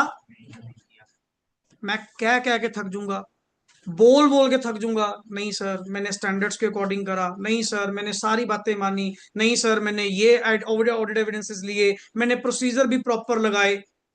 क्या कोई मेरी बातों को मानेगा? फिर मैं कैसे शो करूं कि मैंने जो ऑडिट करा वो एज पर प्रिंसिपल्स करा, एज पर एथिक्स करा, as per the standards on auditing करा? Who will tell? My file, my file, my record, my working papers. This is called as working papers. कि सर मेरे working papers होंगे जो कल को मेरा बचाव करेंगे। नहीं तो हर कोई एक मिनट से पहले कह देगा ना जी आपने कॉम्प्रोमाइज कर, आपने इंडिपेंडेंस को ब्रीच कर। यार कोई मानेगा थोड़ी, तुम कहोगे आई स्वेयर एंड ऑल, कोई मानेगा जी? जो लगे तो सबूत पेश कर हमारे सामने कि तूने ये काम ऐसा करा। दैट इज वाई ऑडिटर को हमेशा कागजों की भूख होती है। कोई भी चीज हो कागज, कोई भी चीज हो फाइल में लगाना चाहिए, मुझे इसकी कॉपी दे दो, मुझे इसका ये कर दो, मुझे इसका ओरिजिनल डॉक्यूमेंट दे दो। बार बार चीज अपा हमेशा, क्योंकि मुझे parallelly, this is not the last step, ये लास्ट स्टेप नहीं है, ये सबके साथ है। मतलब अगर मैं पूछूं कि डॉक्यूमेंटेशन कब शुरू होती है? रिपोर्टिंग के बाद। सर शुरू तो डे 1 होगी थी, जिस दिन अपनी बात होनी शुरू हुई थी, उस दिन से जो जो जिस जिस वक्त पे जो माड़ा सा भी इंपॉर्टेंट मिला ना कुछ, मैंने फाइल में लेके रख लिया। सुना नहीं क्या बोला मैंने? फाइल में लेके रख लिया। क्या फाइल फाइनल होगी? लास्ट में करेंगे। पर एक बात बताओ, रिपोर्टिंग एंड ऑल होने के बाद अगर मैं फाइलिंग करनी शुरू करूं, इस स्टेज पे अगर मैं शुरू करूं, क्या सही फाइल बनेगी? क्यों नहीं बनेगी? क्या चीज? उससे क्या होगा? आधी चीजें, आधे डॉक्यूमेंट्स तो बीच में ही रह जाएंगे। नहीं, तुझे क्या एग्जैक्टली याद होगा कौन से पॉइंट पे क्या चीज मिली थी? इतना डिटेल्ड किसी को याद होगा? तुझे समरी समरी के पॉइंट से याद होंगे। सर क्या फायदा? इसीलिए कहा था बिगिनिंग से एंड तक what you find necessary, little bit necessary, माड़ा सा भी लग रहा है ना, लेके रख ले। ओ यार ये कौन सा फाइनल हो गया? अपन तो प्रिपेयर कर रहे हैं अभी फाइल। असेंबली तो कब होगी? लास्ट में होगी। कोई नहीं, लास्ट में छांटी लगाएंगे बढ़िया। जो मान लो, अच्छा कई बार क्या होता है, डे वन कौन सा मिला? Inferior document. बाद में कौन सा मिल गया? सुपीरियर। कोई बात नहीं, लास्ट में जाएंगे तो सही, फाइनली बैठेंगे रिपोर्ट रिपोर्ट देने के बाद। वो क्या करूंगा मैं? इंफीरियर वाला बाहर निकाल दूंगा, सुपीरियर वाला। क्या मैं यहाँ पे प्रेपरेशन की बात कर रहा हूँ कि डॉक्यूमेंट तुमने प्रिपेयर करने हैं? प्रेपरेशन तो सर डे वन से ही क्या हो चुकी थी? स्टार्ट हो चुकी थी। यहाँ पे डॉक्यूमेंटेशन का पहला मतलब क्या था? That is working papers. जो दैट इज हमें इनकी क्या करनी होती है? Final assembly. Final assembly. Final assembly. कि अपा सर प्रिपेयर तो पहले ही करना शुरू कर देंगे। अब आपके लिए जितने भी वर्ड्स मैंने अभी तक लॉन्च करे, ये सारे चैप्टर्स हैं। ये चैप्टर 6 की बात है, डॉक्यूमेंटेशन जो आपके सामने मैं डिस्कस कर रहा हूं। मेरे साथ वही है ना, एक बार ओपन माइंडेड होकर चलना। जब कल को चैप्टर्स में जाओगे तो यही कुछ आपके सामने लिखा हुआ मिलेगा। हाँ, बात होती है कि ये पहले 2-3 लेक्चर आप लोगों ने कितने समझदारी से सुने हैं, कितने प्रॉपर वे से आपने इसको ग्रास्प करा है, एक बार की बात होती है। इसके बाद थोड़ी आपको इतना डिटेल में जाना पड़ेगा, फिर तो मैं इनके कॉन्सेप्ट्स में जाऊंगा। कैसे, क्या करना है। पर पहले वर्ड माइंड में बिठाना शुरू कर, what do you mean bye, so that कि कल को मैं अपनी बात जब भी कहूं, डॉक्यूमेंटेशन की बात चले, आपको समझ आए अच्छा वर्किंग पेपर्स, जिसकी प्रेपरेशन तो शुरू से स्टार्ट हो जाती है। बस फाइनल असेंबली कब होती है? लास्ट में रिपोर्ट देने के बाद। अगर इतना भी आप एडमिसिबल कर रहे हो, आप कैपेबल हो मेरी बातों को आगे सुनने के। सो this is my minimum base जो मुझे टिल डेट के लिए चाहिए था, कि ये प्रोसेस जो अपन 8 स्टेप्स के अंदर क्या करा, मेंशन करा। Number 1 is preliminary engagement activities. Number 2 audit engagement. Number 3 audit planning strategy programming. ये तो तेरा चैप्टर नंबर 2 है, audit planning strategy and program. क्योंकि चैप्टर 1 ना, मैंने पहले बताया था सर, पेपर पॉइंट से तो वेटेज बड़ी कम है। सही बताऊं, पेपर पॉइंट से वेटेज बहुत कम है। माइट भी एक क्वेश्चन, बट मैं आई थिंक सो एग्जाम ओरिएंटेड नहीं, मुझे सिलेबस ओरिएंटेड वो चैप्टर 1 पढ़ना है, because it deals with the 3 word: nature, scope and objective. पहले मैं अपने बारे में तो पता कर लूं, हु आई एम, मैं हूं कौन, मेरा काम क्या है, मेरा ऑब्जेक्टिव क्या है, मेरा स्कोप क्या है। जब तक मुझे ये नहीं पता, मैं प्लानिंग किस बात की करूंगा? मैं कहा जी पहले मुझे मेरे बारे में बताओ, मैं कौन हूं। मुझे पहले वो पता करना है ऑडिटर का काम क्या है, ऑडिटर की जो ऑडिट रिपोर्ट है वो कौन कौन यूज करेगा, ऑडिट के बेनिफिट्स क्या हैं, क्या वो वॉलंटरी टर्म है या मैंडेटरी टर्म है, मेरी अपॉइंटमेंट कौन करेगा, एंगेजमेंट कितनी तरह की होती है, ऑब्जेक्टिव ऑफ ऑडिट क्या है। और जो तुम कह रहे थे कि sir why reasonable assurance not absolute, what is the logic behind that, पहले मुझे इन चीजों पे क्लैरिटी करो। This is chapter number 1। ये चैप्टर नंबर 1। अब यहाँ पे नंबर 4 पॉइंट आपके पास आया, ऑडिट प्रोसीजर। क्योंकि प्लानिंग के अंदर ही हम क्या डिसाइड कर लेते हैं? NTE, called as nature timing. एक वर्ड थोड़ा इंट्रोड्यूस करूं। क्या तुम्हें लगता कि प्लानिंग के टाइम तुम क्या करने जा रहे हो? NTE ऑफ AP लिंकअप करना, कि अप्पा जी एक बार ऑडिट प्रोसीजर डिसाइड कर लें क्या क्या लगाने। आई थिंक सो इससे भी पहले आपको दो चीजें नहीं पता करनी चाहिए। नंबर 1 इज आपका मटेरियलिटी लेवल। नंबर 2 वहां का रोमम level. रोमम stands for risk of material हम पहले पता करके जाते हैं। अब मैं कह दूं जी इन दिनों पर्टिकुलर मुझे कहीं घूमने जाना है, पहले मैं वहां का वेदर नहीं देखूंगा? क्यों? उस अकॉर्डिंग टू मैं तैयारी करके जाऊंगा कि वहां का माहौल कैसा है। मैं चला पर्टिकुलरली वहां पे जी किस बात को लेकर ऑडिट करने, मेरे को यही नहीं पता वहां रोमम का लेवल क्या है। वो चलो एग्जैक्टली मेजर नहीं कर सकते, आपकी बात मानता हूं, वो तो वहां जाकर ही पता लगेगा, बट कुछ तो लगा सकते हो अंदाजा। नहीं फिर ये क्यों एक्टिविटी कर रहे हो, एनटीई ऑफ एपी क्यों डिसाइड कर रहे हो, छोड़ो परे, फिर सीधा ही वहां जाके देख लेंगे, जो होएगा देखी जाएगी। तो फिर ऐसा थोड़ी होता है, माड़ा मोटा तो प्रिपेयर करके जाना पड़ेगा। मैं कहा वही तो मैं समझा रहा हूँ। आपने क्लाइंट से बात करी, उनके बारे में नॉलेज ऑब्टेन करी, आपका प्रीवियस एक्सपीरियंस है, आपके सिमिलर इंडस्ट्री वाले लोग भी होंगे, इतना का अंदाजा तो रोमम का हो ही जाता है। एग्जैक्ट ना सही, इतना का अंदाजा तो हो ही जाता है। उसके बेसिस पे ही तो डिसाइड करोगे। और बाकी हर छोटी छोटी बात को लेकर तो मैं भी कंसर्न नहीं हूं। कहते what you mean by this? Sir materiality level भी तो माइंड में लेके जाना पड़ेगा, कि मैं वहां पे जाऊंगा तो मेरे लिए मटेरियल में स्टेटमेंट कौन होंगी, मैं मटेरियल किसको मानूंगा। और यहां भी अगेन, क्या जितने ऑल ओवर इंडिया ऑडिटर्स हैं क्या सबका मटेरियलिटी लेवल सेम होगा या डिफरेंट होगा? क्योंकि ऑडिट करना पर्टिकुलरली अपने आप में क्या है, एक आर्ट, एक पर्सनलाइज्ड अप्रोच है। पर्सन टू पर्सन ये अप्रोच क्या करती है, वेरी करती है। अब सिंपल सी बात है, तो अकाउंटिंग पॉइंट से भी कहते थे यार, आपके लिए 500 रुपए भी मैटर करता होगा, मेरे लिए 5,000 भी नहीं मैटर कर रहा अभी। That difference, personalized approach, person to person ये चीजें क्या करती हैं, वेरी करती। That is the thing. Then after that अगर प्रोसीजर मेरे डिसाइड हो जाएं, प्रोसीजर का नाम मैंने क्या लिखवाया जी, दो तरह के होते हैं generally. Number one is compliance procedure, इसकी डिटेल फिर लेके आएंगे। Substantive procedure, clear, chapter number 4 deals with this.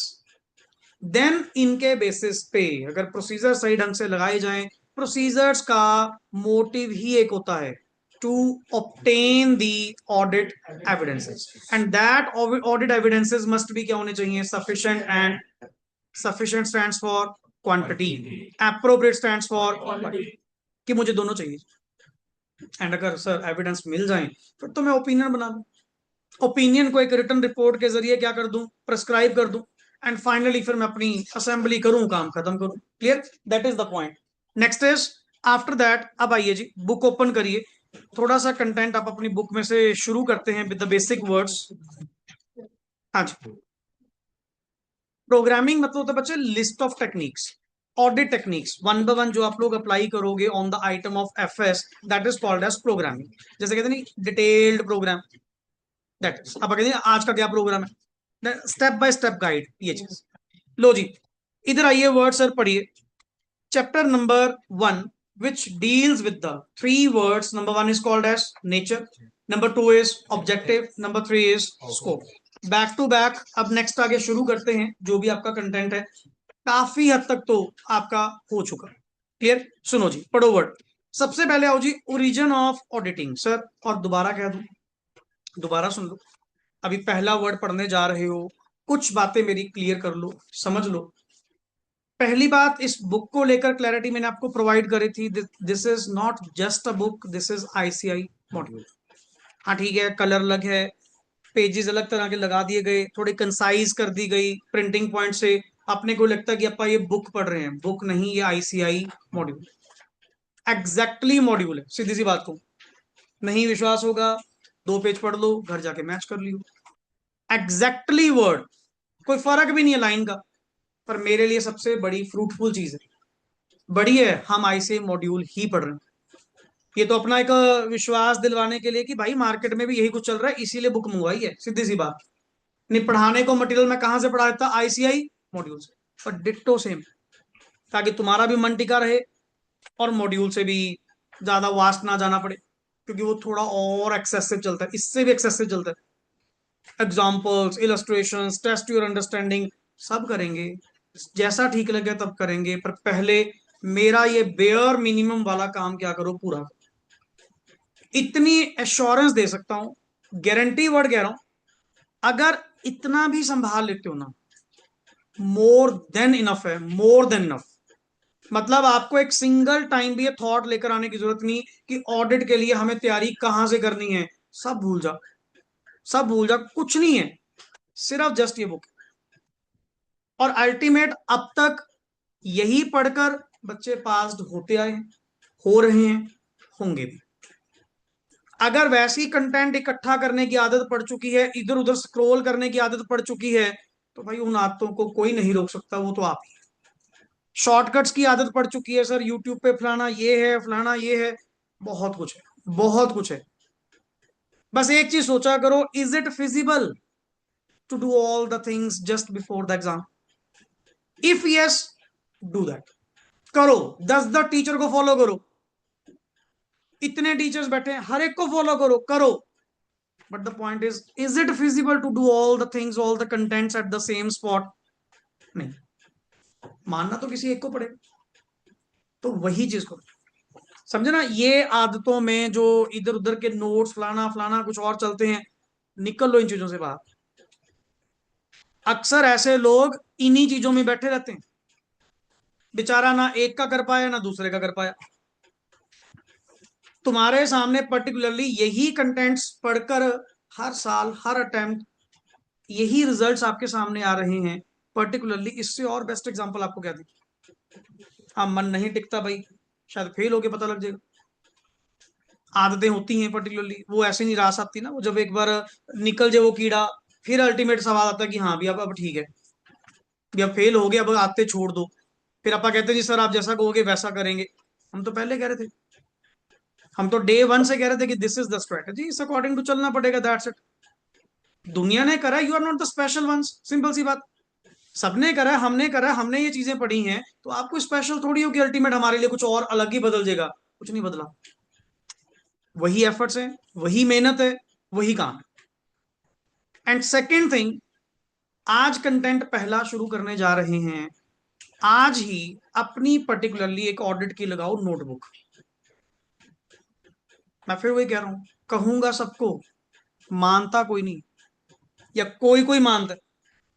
फिर बाद में मेरे पास 70-80 लेक्चर्स होने के बाद आओगे, सर हो नहीं रहा, सर हो नहीं रहा, कैसे करें कैसे करें। फिर मैं चार बातें सुनाऊंगा, बोलूंगा, उसका कोई फायदा नहीं। आज ही बता रहा हूं, इसकी टेक्निक एक ही, इसकी टेक्निक एक ही है। डेली, डेली अपनी 15 मिनट या 20 मिनट की राइटिंग आपकी होनी चाहिए। कसम खा के, जो दिन का काम है एक तरफ, मैंने 20 मिनट ऑडिट लिखना है, कुछ लिखूं, एक पेज बड़ा वही लिखूं, पर लिखना है। अगर इस बात पे आप लोग कमिटेड हैं, तो आज लिखवा लो, तुम एग्जाम्शन के भी काबिल, एग्जाम्शन के भी काबिल। बट आपा बहानेबाजियां बहुत उलझी हुई है ना अपने लोगों की, पर्टिकुलरली सर मैं यहां फंसा हुआ था, मेरा ये पेंडिंग था, मेरे कल टेस्ट थे, मेरा फलाना था, मेरा कॉलेज का था, ये था। जहां तुमने इन चीजों को एंटर करवा लिया, वहीं पे सर्टनिटी कम होनी शुरू हो जाती है। अब लास्ट बैच में पर्टिकुलरली जिन्होंने बात मानी, प्रॉपर वे से करा, टू कॉन्फिडेंट, मुझे कहने की जरूरत नहीं पड़ रही, मुझे आज तक उनको समझाना नहीं पड़ा, अगले एक बार नहीं मेरे पास आए, एक बार भी उन्होंने कभी कहा हो, कभी रोए धोए हो ऑडिट को लेकर या किसी भी सब्जेक्ट को लेकर, मतलब ही नहीं। बढ़िया चल रहा सर, ठीक है जी, एमटीबीज दे रहे हैं प्रॉपरली, कल कॉस्टिंग का हुआ है, अब कल आगे नेक्स्ट आगे ऑडिट का, ठीक है, इट्स में क्या। आपा वैसी ना आदत बनाई हुई है अपने आप।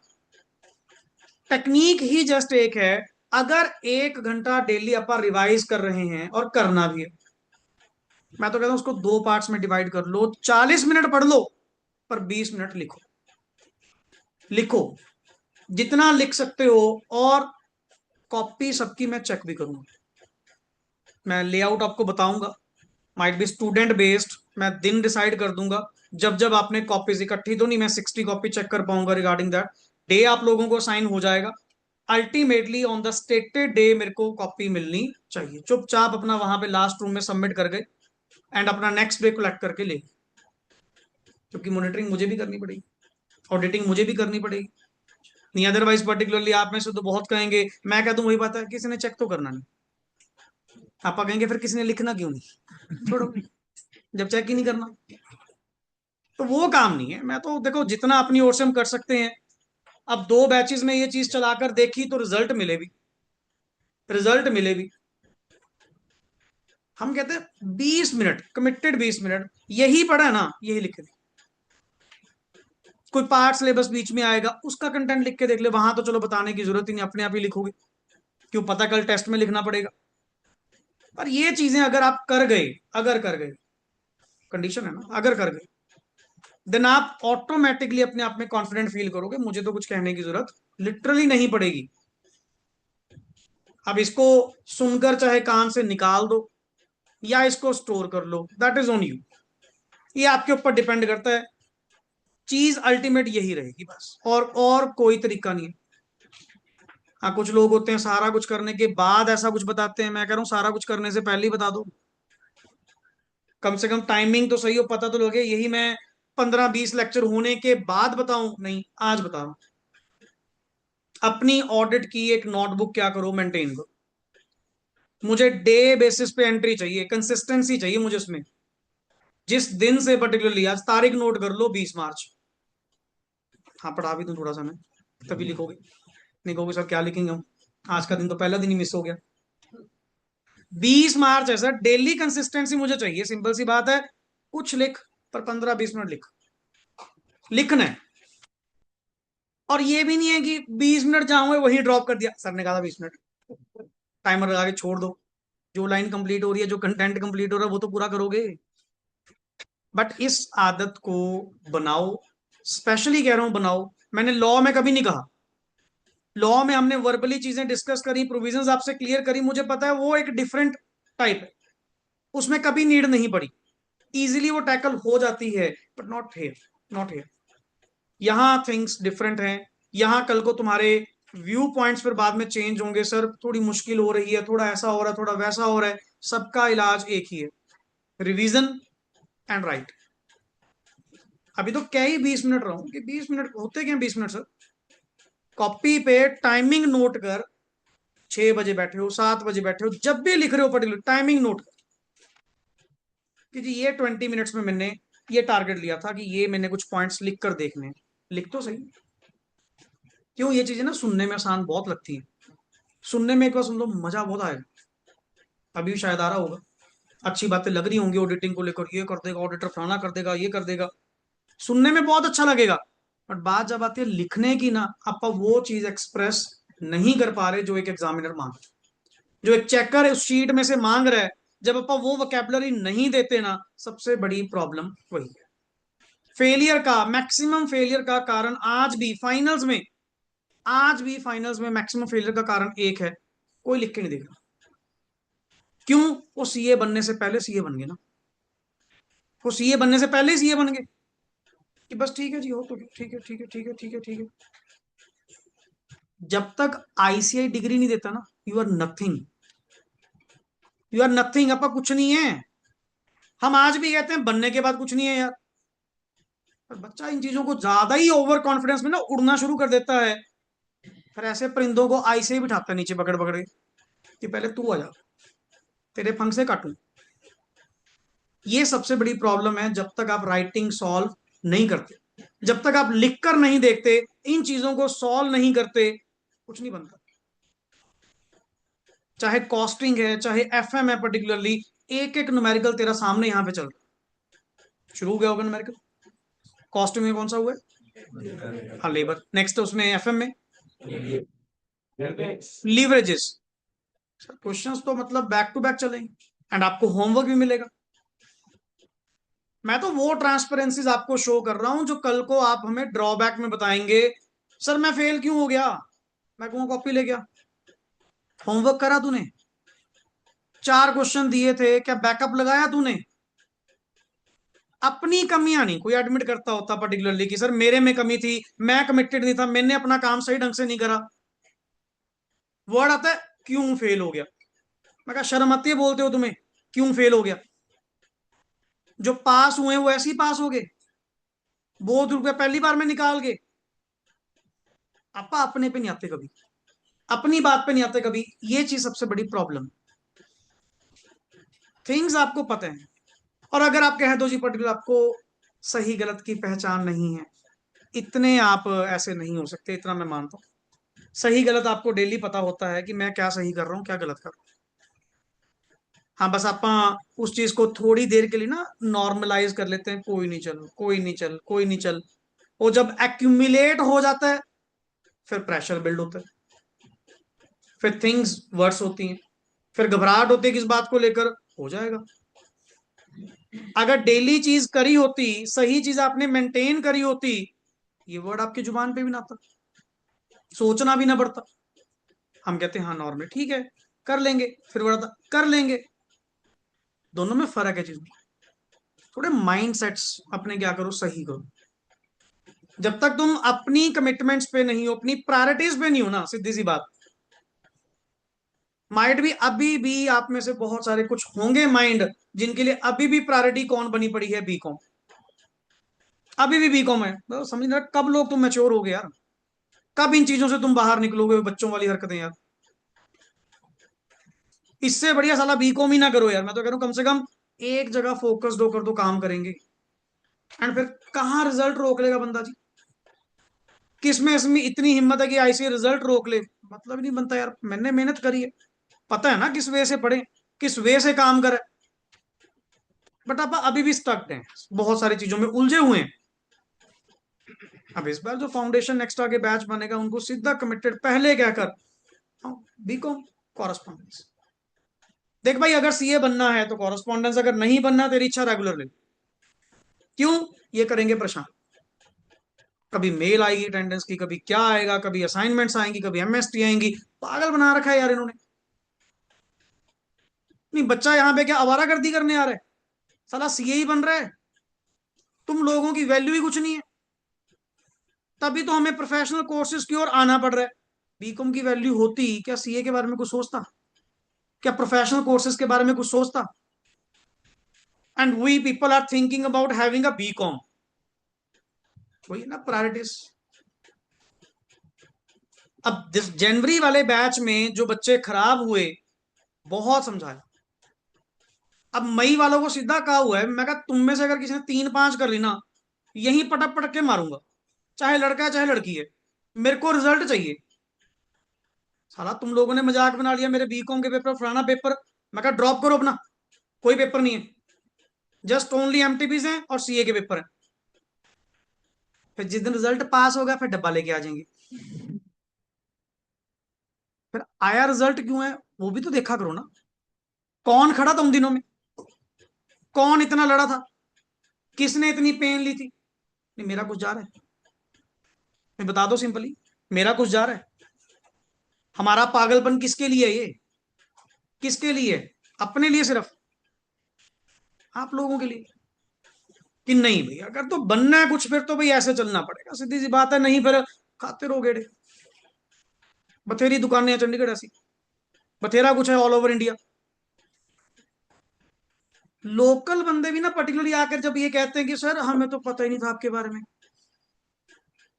मैं क्या पता बच्चे, सबको होता है, पता सबको होता है। तुमने एट दैट टाइम प्रायोरिटीज कुछ और सोची होंगी, चंडीगढ़ का माहौल होता है ना अच्छा, हरियाली कितनी ग्रीनरी बहुत अच्छी है ना। सबकी प्रायोरिटीज अलग अलग होती हैं भाई। किसी को घूमना फिरना ज्यादा ही पसंद है। आज भी दिन की कॉल्स हमारी 10 ऐसी होती हैं, सारा कुछ पता करके आपका पंचकुला जी ना, चंडीगढ़ लेना हमें। क्यों? वो मत कर ही क्या आए हैं चंडीगढ़? दुनिया वैसी मर रही है चंडीगढ़ आने। उनको वो रिजल्ट के लिए थोड़ी आ रहे हैं। अगर हम कहते हैं जी वो पास होने के लिए आ रहे हैं, मतलब ही नहीं। उनकी मम्मियां किट्टी में क्या कहेंगी? पंचकुला नो। चंडीगढ़ पड़ता है ना एक्चुअली। अभी इसके पापा एडमिशन करवा के आए थे चंडीगढ़, हमें अच्छा लगा तो हमने करवा दिया बस। अगली ने हवाबाजी भी तो करनी है, चार जगह बताना भी तो है, समझाना भी तो है। They are not for results. उनका रिजल्ट मोटिव ही नहीं है। अपने पास मोस्टली पर्टिकुलरली सारा लोकल क्राउड आप लोग बैठे हो, यही आप वहां कहीं जाकर देखिए, लोकल बच्चा है या नहीं है ही नहीं।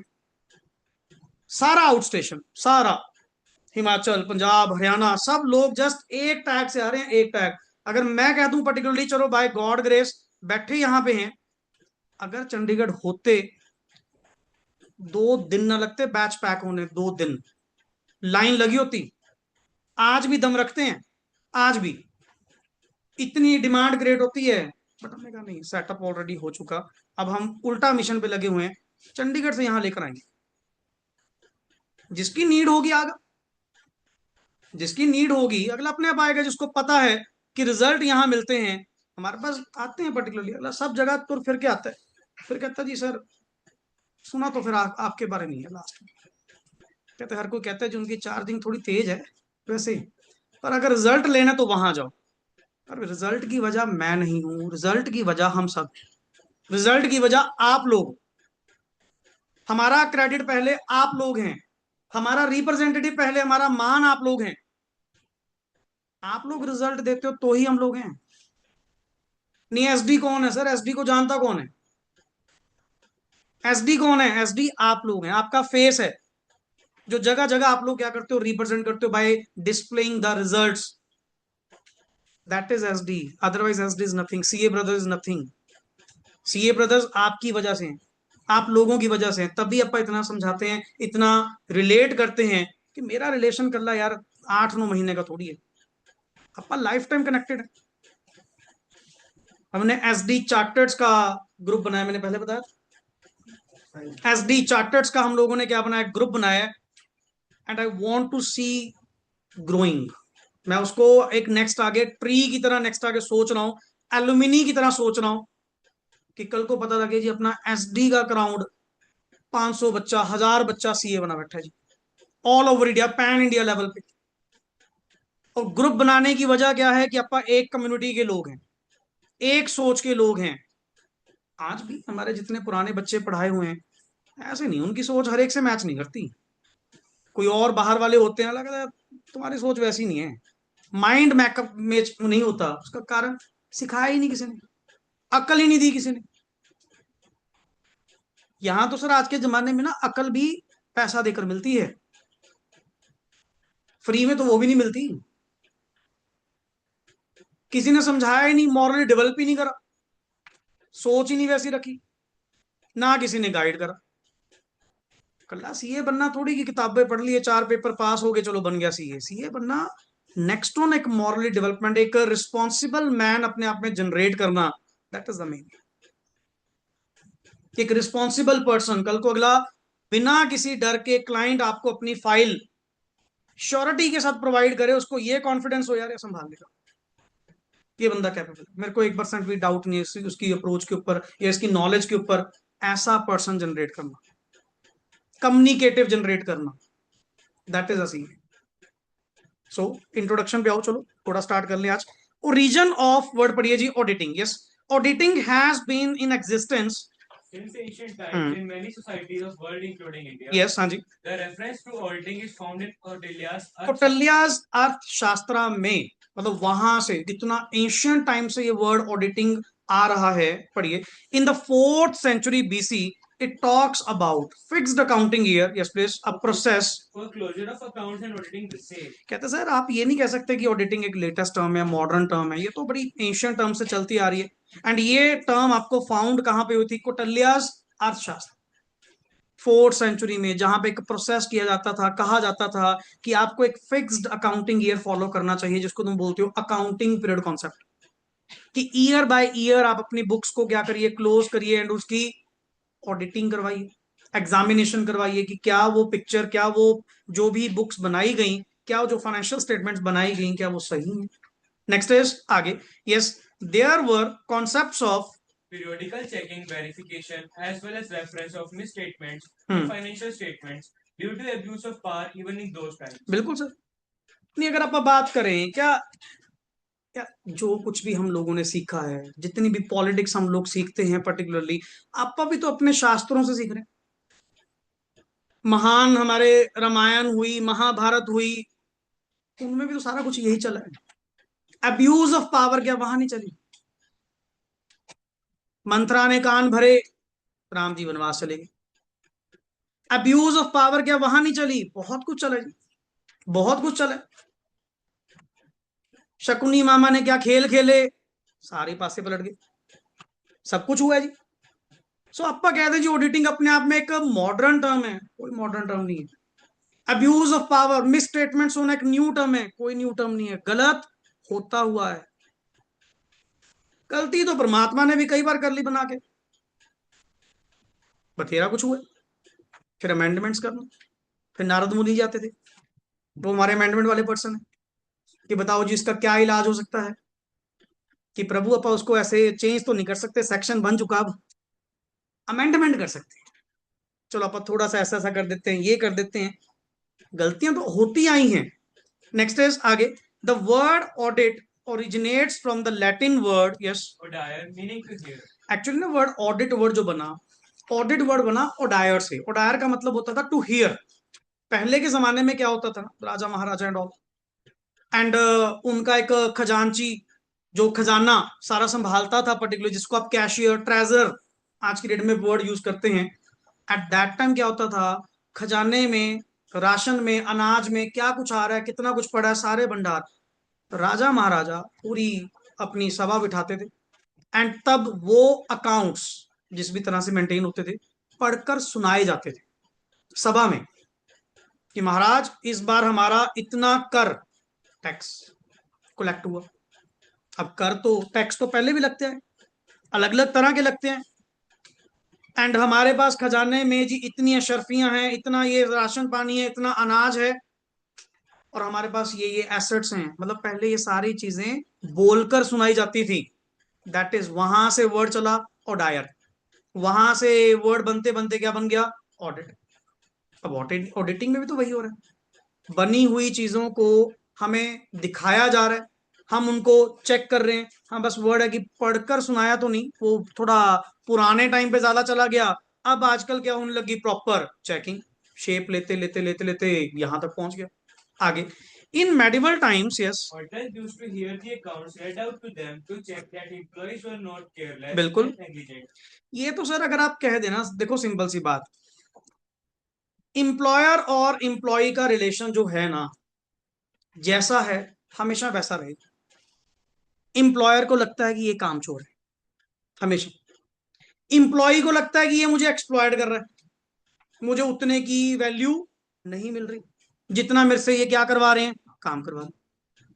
दोनों के माइंड सेट अलग अलग, जब दोनों के माइंड सेट अलग अलग होंगे वहां पे कंट्रोलिंग आएगी ही आएगी।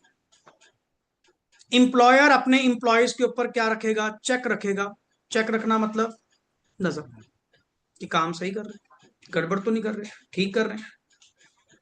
अगर मैं अब अपनी छोटी सी एक एग्जांपल अपने लेवल पे डिस्कस करूं, हमने पैटी कैश प्रीति मैम को दिया हुआ है, हर छोटे मोटे खर्चे में मेरे मेरे पास लेके आने की जरूरत नहीं है। हाँ मेन पेमेंट है कोई तो मुझे बताओ। अब अल्टीमेटली उनका मैंने 1000 रुपीज का पैटी कैश उनको दे दिया। यहाँ के कोई भी छोटे मोटे खर्चे जो भी हैं आप अपने लेवल पे निपटाओगे, कैश लेजर मेंटेन करोगे, अकाउंटिंग उनको भी सिखा दी, वो भी मैं कहूँ तुम यही भर लो, मैं क्या सारे पेपर ऊपर तो आप बनाते हो, पता तो है ही है। मैं क्या आप रिकॉर्ड मेंटेन करो, स्टॉक स्टेटमेंट मेंटेन करो, सारा कुछ प्रॉपर इस तरह से चलेगा।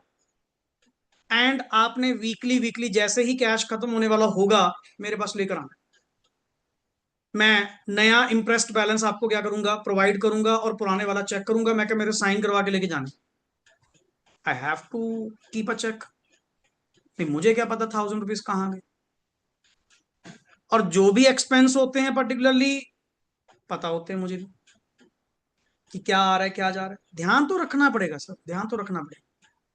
आप बिल्कुल फ्री हैंड होकर नहीं चल सकते, कहीं ना कहीं देखो जहां आप बिल्कुल फ्री हैंड होते हैं, पावर ज्यादा ही, कहते नहीं, there must be parity between authority and responsibility. If there is parity then काम काफी हद तक आपका क्या होगा, सही। अगर ये कहीं ज्यादा या कम कर दी देन वहां पे आपके काम नहीं होंगे, कहीं ना कहीं आपका जो टारगेट है वो लूज होगा। अब किसी पर्सन को ज्यादा ही अथॉरिटी दे दो, ये भी गलत है, अगला अब्यूज ऑफ पावर करेगा, मिस यूज ऑफ पावर करेगा, दैट इज। तो ये चीज तो हमेशा कि कम से कम मेरे एम्प्लॉय सही काम कर रहे हैं नहीं कर रहे हैं, that is. Now industrial revolution in Europe led to expansion in volume of trade and consequently demand of auditors. बिल्कुल। अब आप कहते हैं जी सर डिमांड ऑफ ऑडिटर्स कहाँ से आई? जब से इंडस्ट्रियल रेवोल्यूशन द यूरोप हुआ, वहां से trade all over the world increase होना शुरू हो गया एंड डिमांड ऑफ ऑडिटर्स चलनी शुरू हो गई। Next, the first auditor general of India yes was appointed in British India in 1860। Office of auditor general was given statutory recognition. इसको एक बाय लॉ की पोस्ट बनाई गई, जैसे अपने यहाँ पे बोलते हैं CAG, controller and auditor general of India. Next is presently controller and auditor general of India is an independent constitutional authority responsible for किसके लिए? Government audits. कि अल्टीमेटली ये जो पर्सन होगा, जो ये स्टैट अथॉरिटी हम लोग यहाँ बिठा रहे हैं, दैट पर्सन विल बी क्या होगा? Responsible for government audits. तो अपा तो अपनी लैंग्वेज में इसको क्या बोलते हैं? CAG. Next is the ICI. And sir ये तो आप 1860 की बात कर रहे हो, जो ब्रिटिश इंडिया में ये स्टैट्यूटरी रिकॉग्निशन देकर एक पोस्ट बनाई गई। बट हमारा आईसीआई कब एस्टेब्लिश हुआ? द अकाउंटिंग बॉडी हमारी कब एस्टेब्लिश हुई? 1 जुलाई 1949।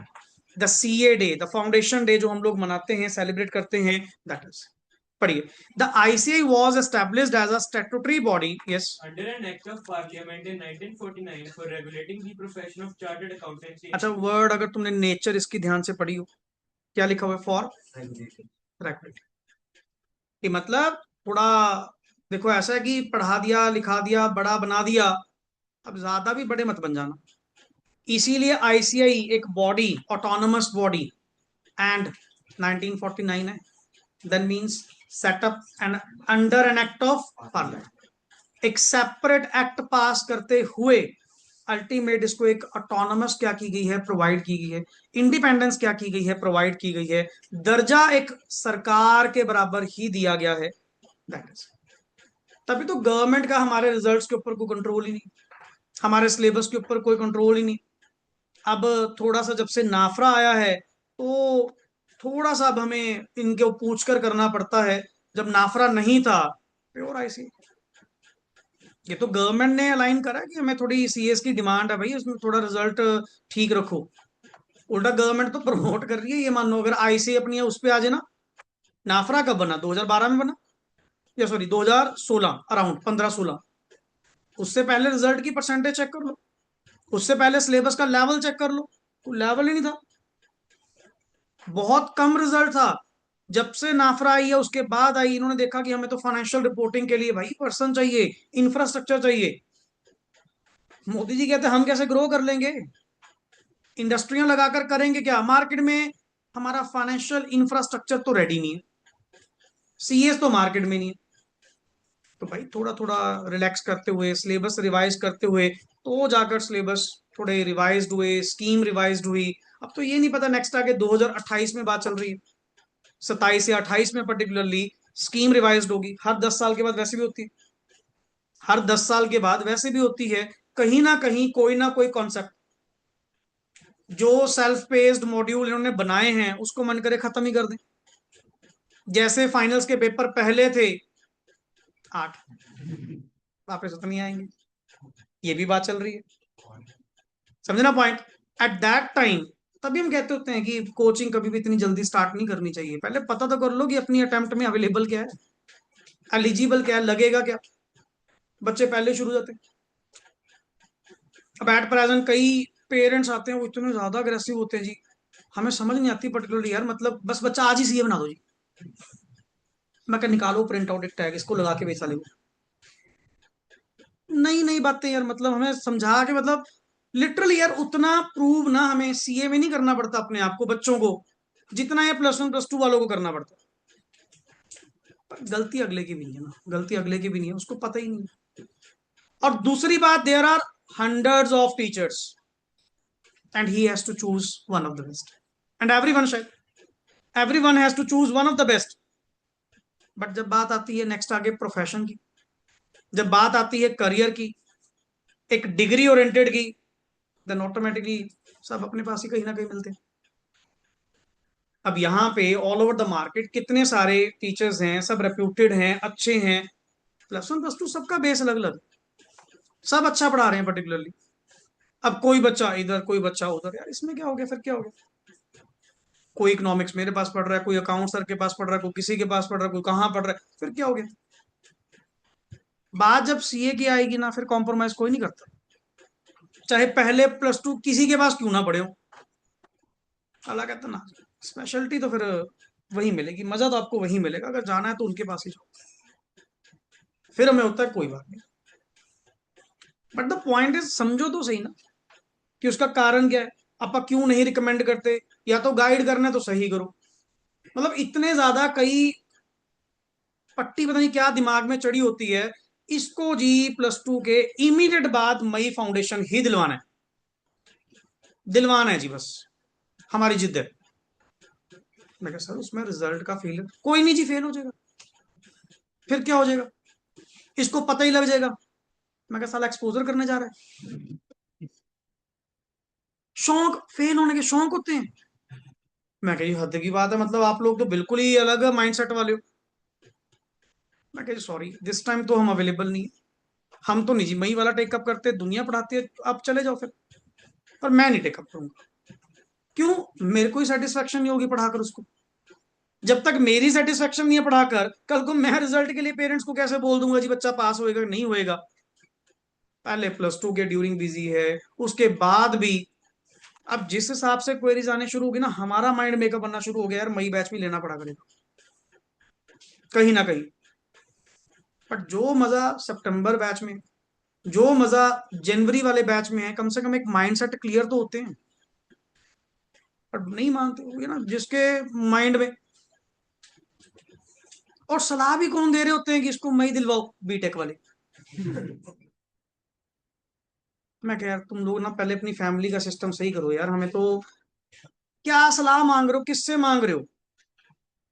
फिर सर ने कल बात करी, 5 मिनट उसकी पूरी तसल्ली कराई, फिर वो ठंडा सा होके बैठ गया कि तेरे को पता है यार, अगर मुझसे कोई बीटेक के बारे में पूछे, मैं जो मर्जी बोल दूंगा।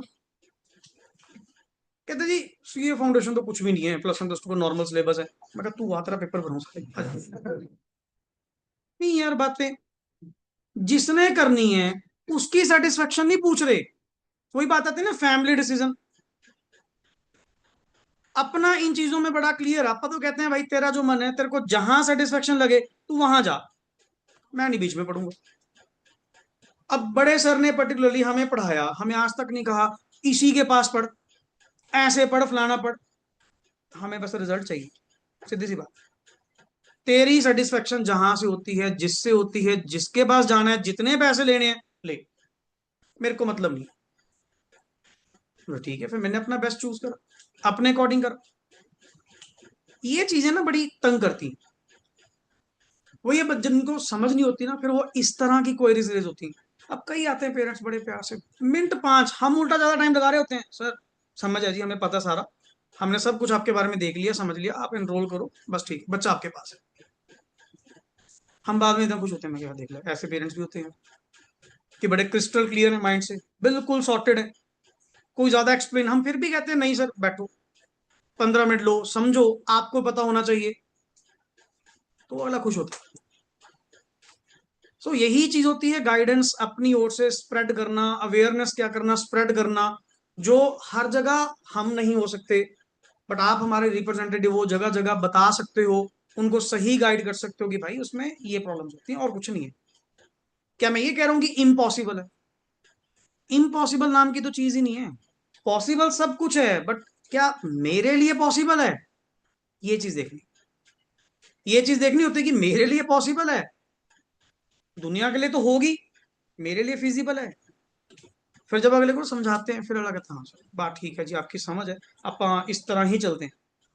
क्यों मिथ फैलाने वाले नॉर्मली, अच्छा कोई कहता है कि हमने यूट्यूब पे सुना था, मैं कहा फिर उन्होंने बनाया नहीं सीए, वो तो बना भी देते हैं, 10 मिनट में सीए बने, हमने लिए ऐसा लगाएंगे, लो बस बन ही गए नई नई चीजें, मैं क्या तुम लोग कहाँ स्टक हो, कहाँ चीजों में फंसे हुए हो, इनसे बाहर निकलो।